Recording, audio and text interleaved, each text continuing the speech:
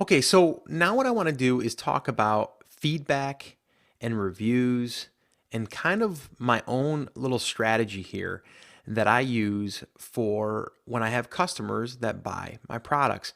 Now, I'm kind of getting ahead a little bit because I know we're in the launch phase and you may not have sold anything yet, but it's really important to understand this so this way here you can implement this as soon as possible. Now, in this particular lesson, I'm going to kind of give you the overview of how it all works, okay? The concepts, if you will, but also a little bit of action steps. Then in the next lesson, I'm going to also show you how you can create an automated or a semi-automated machine that will kind of like systematize this and make it really, really easy. So this way here, every time that you get a new sale, it's going to kind of like trip this thing to start working, and then you can kind of follow along and only react when you need to. All right. So with that being said, just to kind of get you set up to how it's going to work, feedback and reviews each are different, okay? And some people think that they're the same, but they're different. They're completely different. And the first thing I want to say is your seller feedback is for your entire account. So remember how we were talking about the brand name and how the brand name of your main business is going to be it can either be something generic where it can encompass all of your products, or it can be your product and then your product brand could be the same, but really your main brand is what you have signed up as, okay? And that kind of like I said, it encompasses all of your products, okay? So I want you to think of it kind of like your website. And if you have a website and then you build a lot of content to it, or you build a lot of backlinks to it, and you have a lot of this maturity with this particular website that gets older within time, and then it just builds more of an authority, your feedback is like that. Your feedback is the strength and the foundation of your business. And Amazon looks at this as just that. It really does look at it kind of like, what kind of seller are you? Okay. So they ask questions to your customers for you. Even if you don't ask for feedback yourself, they will do it for you because they want to know. And they also do this to kind of check up on you. And then if you can have, a really high score, that's going to also help you when you start getting more products, and when you're starting to rank your products, it's going to give you a little bit of a boost. All right. So feedback is really important, but I just want you to think of feedback like building your seller account's authority. Okay. It's kind of like giving its juice. Okay. Now reviews, on the other hand, they are product specific. So when you have a new product, you're trying to get the base reviews, the unverified or verified, just to get a base of reviews. So this way here, you can start getting sales, and then you can start getting organic reviews. And then that really just starts to build that one property. Okay. A product listing to me is kind of like a web page in a sense. All right. You have this main website, and then you have all of these pages off of it. Well, the product listing is just like that. It's its own entity. It's its own piece of property, but it's tied back to your feedback or to your account. Okay, your main brand. All right, but the reviews are what drive sales, in my opinion. And you guys kind of know how I feel about that. But we want to focus on both of these. And I know a lot of people, and some people that are well established in this space, and it's just crazy to me that they're not going after feedback, and some of them aren't even going after reviews. I've had some people that say, I don't even worry about that, and they don't realize what they're missing. Okay, so with that all being said, let's kind of just move forward here and get through this so you can really get a good understanding on how I really want you to think about this, because it's really, really important. All right, so the feedback review strategy that we're talking about here is the very first thing is feedback. Okay, feedback is what I want you to focus on, and most people say, forget about feedback, just go after the review. Don't worry about the feedback; that'll come naturally. Just worry about the review. Okay, and I've got a couple different reasons why I disagree with this. Okay, but the more positive feedback you receive, it's going to help you rank your products over time. Okay, and meaning, like I said, and I'm just going to reiterate it a little bit, is if you have a really great feedback score, and you launch another product and another product and another product, Amazon is going to push that a little bit more than they would if you were a brand new account. Okay. So it's just really important to understand that. And again, I'm just going to talk briefly about the reviews. The more positive reviews that you receive on your product, it's going to increase your sales. Okay, so it's really simple: feedback, reviews, right? So here is another, again, you guys know I like visuals. You get a sale, okay, and then you want to go after feedback, and then you want to go after the review. And like I said, most people remove the feedback element and they get a sale, and then they go right for the review. A sale, right to the review. And I go through this process. This is the sequence that I go through, and it works really, really well for me.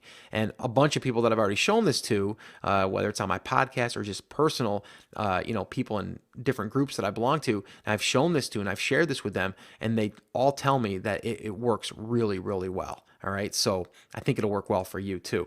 So the other really powerful thing about this whole thing, and one of the main reasons why I like doing it this way as well, is because feedback is like your negative review filter, okay? And what I mean by that is if you ask for feedback first, and if they leave a negative comment and it's product related, 99% of the time you can have them removed.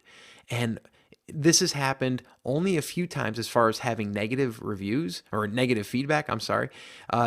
And what happens though is I go in and I just contact seller support and I mention that the feedback that was left was a product review on my feedback. And instantly, almost instantly, it's almost like they have a filter built in that when they get a support ticket like that, it immediately removes the negative feedback. So why is this?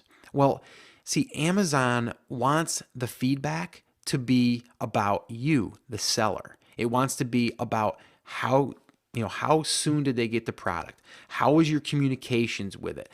Were they satisfied with the descriptions that you've put into your listing? Was it clear? All of this stuff, right? So they want like a rating on you and a grade, and then you can leave a comment. So it's like they give you like these 3 or 4 questions to answer, and then you check them, and then it kind of gives you stars. And then from there, they ask you to write something if you want to. You don't have to, but you can. And most of the time, people think that they're leaving a review on your feedback. They think that the feedback is a review, okay? But now Amazon says we don't want a review here. It's not product driven. If you want to write something about the product, that's fine, but it doesn't mean that it's for that, okay? Now, some people argue about this and they say, well, Scott, isn't that kind of being deceptive? Well, no, because it is my seller score, okay? But am I going to leave the positive stuff that people are saying? Of course I am. Okay, and you can look at it any way that you want, but the way that I look at it is that people that are writing that there, number one, I want to know about it, but I also want to be able to take care of it, because sometimes people will leave a review of the silliest things, like they won't read properly, and then they'll leave a review about something that they failed to do. So now that's going to hurt my review if they left it there. But in this case, I can kind of intercept that, if you will. So this way here, I can grab that and then kind of dissolve it. So this way here, it doesn't hurt my product listing because it was something silly. Now, if it was something that did require my attention, of course I'm going to take care of that, okay? Now, this is really important. If you receive negative feedback, I want you to listen to it. I want you to try to learn from it. That's the one thing I'll say. I do listen to what they're saying, and I'll even write the customer back and offer to help or give them a refund. If they haven't already received a refund, I'll do that for them because I want them to be happy and I want them to know that. And sometimes they'll go ahead and they'll respond back and say, wow, thank you so much for doing that. Yeah, it was just, I didn't read it and I apologize. I probably shouldn't have wrote that or whatever. And they don't realize that it got removed anyway. But, I just still want to reach out there, because if it's something that I feel like I need to fix on the product, or maybe in the flow of the order process, I want to take care of that. Okay, so I put that there so you can understand that you want to learn from your customers. You want to learn from your customers. You can create a much better business if you listen, as long as it's within reason, right? So this way here, you can create a better product, a better experience, all right? So here is important. I want you to understand this. If the negative feedback was related to shipping or damaged goods, Amazon will take responsibility for it, and they'll do it instantly. All right. Like I said, I believe that Amazon has like these filters built in that if they leave something like, I didn't receive my order on time, and they give you a 3-star, Amazon will immediately see that, and then they'll put a strike through it, like basically like a red line through it. They'll make the color of the thing, I believe, red too. And then from there, it'll say, we apologize for this. Amazon takes full responsibility of this. This had nothing to do, or this was not, because of the seller. And then what they'll tell you is they'll leave that there. They won't remove that from your feedback, but the negative feedback won't affect your score. So you get a score just like you do on reviews. So you might have if you're perfect, you get a 5-star, but I don't think anyone should be perfect. I think mine right now is like a 4.9 or a 4.8, and I'm okay with that. Because if I have a 4-star come in, I'll be honest with you, I'll leave it usually on a feedback. I don't care about that, because a lot of times the 4-star just means that it's that person that says there's no one that's going to get a 5-star, and as long as it's nothing that's going to, hurt my reputation, then I'll leave it. But that's just, you want that to be a high score, high as possible.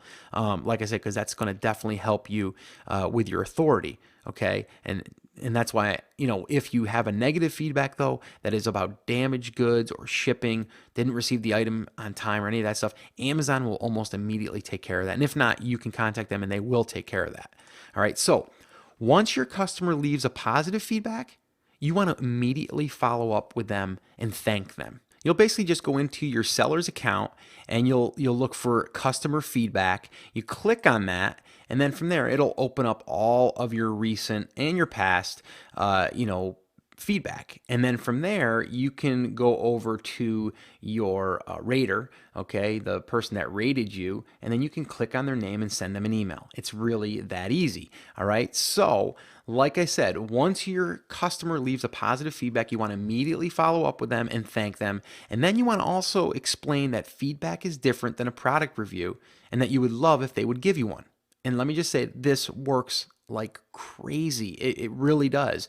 And I think, like I said, it's getting all of it. You're getting all of it. You're getting the feedback to help your seller's account. You're getting to intercept any negative feedback that's product related. And then this way here, it prevented you from getting a negative review possibly. And then from there, it also gets your reviews on your products a lot more, because you're able to see the ones that have left the feedback and then ask them for the review because it's different, and you can explain that to them. And most of the time they'll go over there and they'll do that for you. So it works really, really good. Okay. So this strategy is going to allow you to build a nice feedback score. Like I said, it's going to allow you to build a solid product review base. Really, really powerful.